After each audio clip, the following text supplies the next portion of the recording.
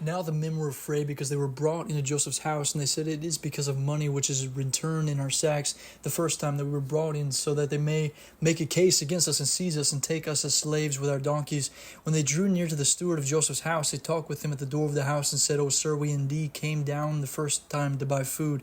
What had happened, we came to encampment, that we opened our sacks, and there each man's money was in the mouth of his sack, our money in the full weight, so we have brought it back in our hand. We have brought down other money in our hands to buy food. We do not know who put our money in our sacks." But he said, "Peace be with you. Do not be afraid. Your God and the God of the Father has given you treasure in your sacks, and I had your money." Then he brought Simeon out to them. So the man brought the men into Joseph's house and gave them water, and they washed their feet and gave their donkeys feed.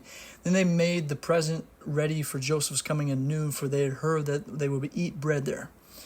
And when Joseph came home, they brought him in the present which was in the hand into the house, and bowed down before him to the earth. Then he asked them about their well-being, and said, "Is your father well? The old man of whom you spoke, is he still alive?" And they answered, "Your servant, our father, is in good health, and he is alive." And they bowed their heads down and prostrated themselves.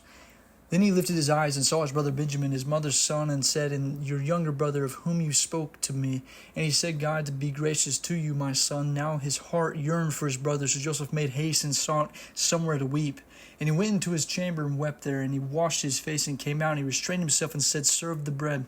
So they set him a place by himself and them by themselves, and the Egyptians who ate with him by themselves, because the Egyptians could not eat food with the Hebrews, for that is an abomination to the Egyptians. And they sat before him, and the firstborn according to his birthright, and the youngest according to his youth. And the men looked astonishment at one another, and he took servings to them before him. But Benjamin's serving was 5 times as much as any of theirs. So they drank and were merry with him.